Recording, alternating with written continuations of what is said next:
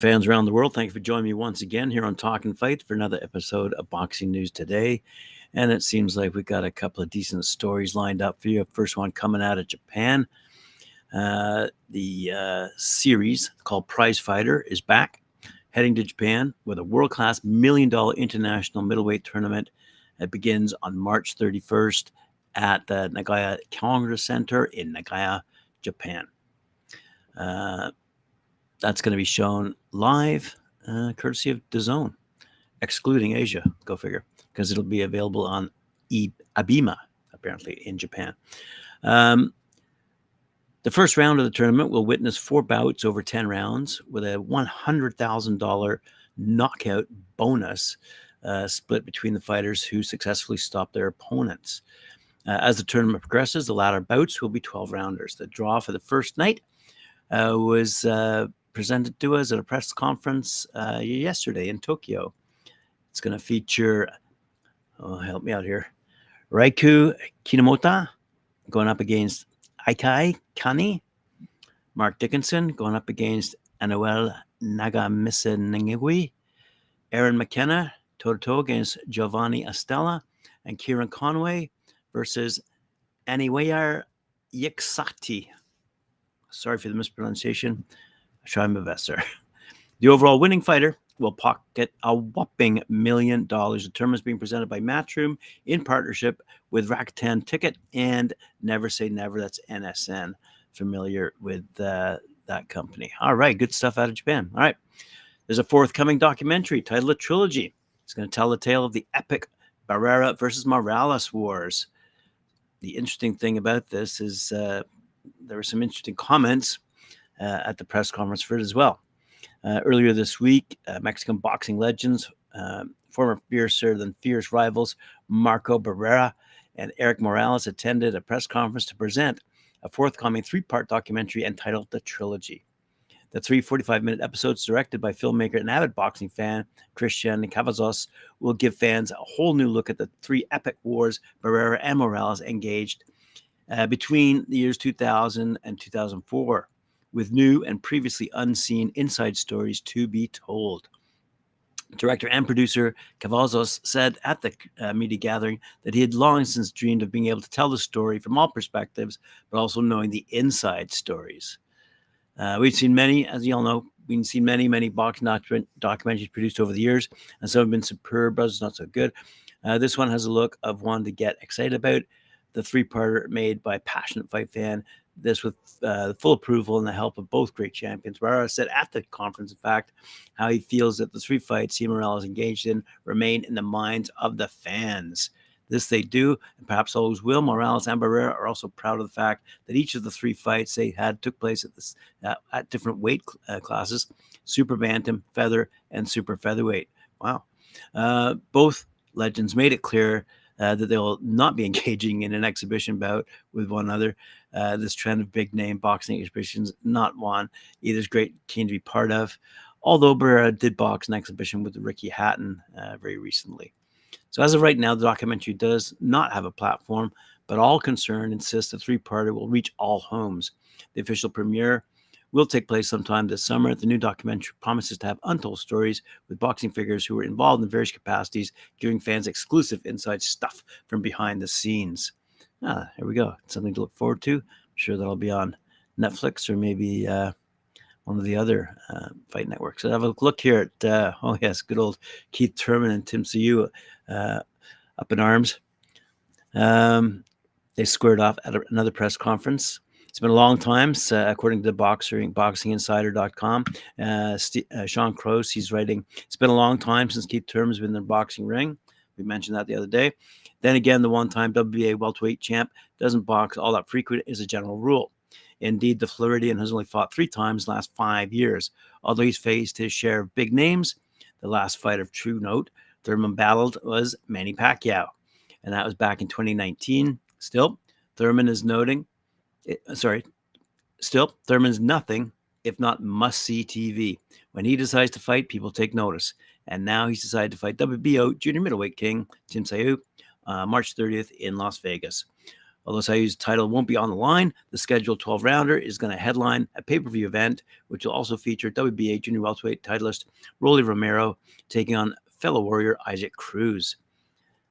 Should the 30-1 Thurman remain the man he used to be, his battle with the undefeated Tszyu, 24-0 by the way, should indeed be fascinating. Thurman's only loss was to the great Manny Pacquiao after all, and aside from being knocked down by Pacquiao early on, Thurman put on quite a show that night on his own right.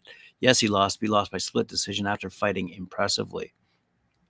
Should Thurman be rusty in this match, and he should be missing a step or two, otherwise showing his age, he might find himself in real trouble. For Tszyu, some of the famous Kostya Tszyu, this has thus far had a dynamic career himself. While he hasn't been able to get in the ring for much anticipated fight with Jermell Charlo, Tszyu now has a kind of legitimate, high-profile bout he's been waiting for.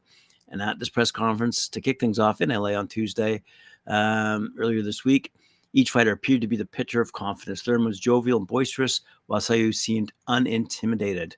They don't call him the pit bull, but I want him to get tail tucked, head down, back into his daddy in Australia, Thurman joked. You bring that energy, man. Tszyu told him, I want that energy coming into the ring because when I do, and mark my words, I will knock you out in under 12 rounds. Thurman was quick to retort, you could try, man, but you're going to get more than energy. You're going to get these hands, baby, all up in your face. Good stuff. All right, let's move along to England. Where's more good stuff coming out of the mouth this time of John Fury? So, as we know, Ngannou shocked, quite frankly, the boxing world when he took on Tyson Fury last October, losing a split decision. But he did drop along the way the Gypsy King. So Fury's dad, John, doesn't foresee the fight coming to fruition, Ngannou versus Anthony Joshua, saying to the media when asked about his son throwing down with AJ later on, well, I think he's got to get past Ngannou first, if that takes place, because I'm not sure it will.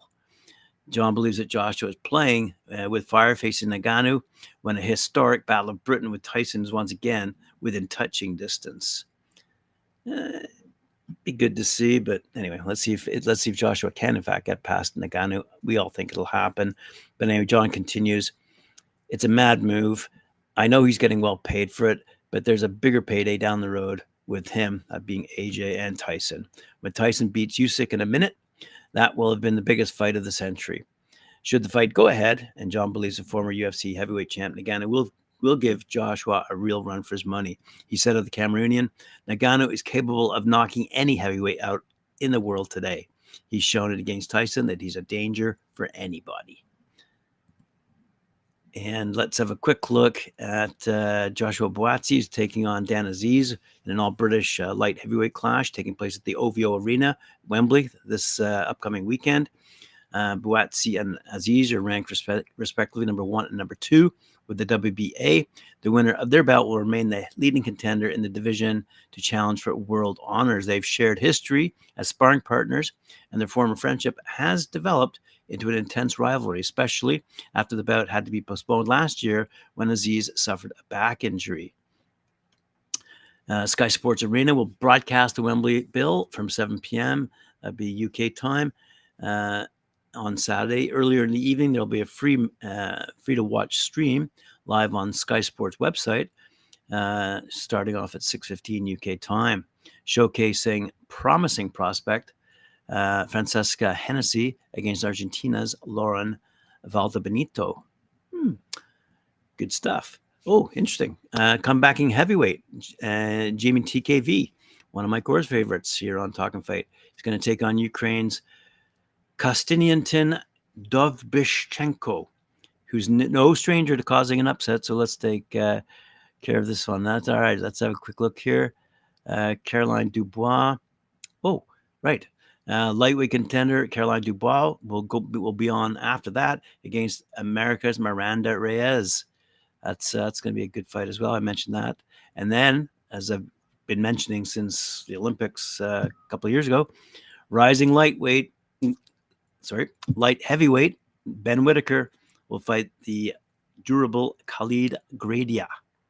After boxing in Manchester and Wolverhampton, Adam Azim returns to Wembley to make his first defense of his European super lightweight title. The outrageously talented 21-year-old will box Enoch Poulsen, an unbeaten Dane who used to hold this European Championship title before, and they'll be the last fight before the main event. And Joshua Buatsi and Dan Aziz can be expected to take place again UK time around 10 o'clock. All right, speaking of UK, let's talk about Daniel Dubois. 2023 saw the man get his career back on track with a big win, and now he's been ordered to fight for a European title. Dubois is just 26 years old, but has already seen plenty of highs and lows in his career. The big puncher started out with wins against the likes of Nathan Gorman and Kevin Johnson before being put in with a vastly more experienced Joe Joyce back in 2020. We all remember how that turned out for him. That contest proved a step too far at that particular time and ended with him allowing himself to be counted out on one knee owing to a badly damaged orbital socket that Joyce had targeted throughout the fight with stiff jabs. In his comeback fight, he struggled with a knee injury that saw him fell 3 times in the first round before eventually rallying to stop Kevin Lerena in the third round. In August last year, he took on unified heavyweight champion Alexander Usyk and was stopped in the 9th round after putting up a valiant showing early in the fight. His breakout win came at the end of last year on the Day of Reckoning card in Saudi Arabia against controversial figure Jarrell Miller, who I thought would have entered that ring looking a little fitter, but otherwise he didn't. Anyway, after absorbing some early pressure from Big Baby, Dubois made his own work show and eventually got on top of Miller and stopped him in the dying seconds of the 10th and final round, just weeks after being warned his career could be over had he not won. And so in a post on X, formerly Twitter, it's been revealed who he might fight next. The EBU have now officially ordered Daniel Dubois versus Riyad Merhi for the vacant European heavyweight title. Purse bids February 13th. Merhi, by the way, is 31-year-old Ivorian Coast-born Belgian who has previously held the WBA regular cruiserweight title, and in December he secured his best win, a split decision over Olympian Tony Yoka, while he lost on points to Kevin Lerena in May of last year. So this represents a good chance for Dubois to win a legitimate title on his way to world honors, and let's see if he can pull it off this time. All right, boxing fans, thanks for joining me here on Talkin' Fight. Appreciate it. Remember to like, share, subscribe, hit that notification bell, and we'll see you later on. Let's see, when will you see me? Tomorrow, 11 o'clock Eastern Time. Thank you.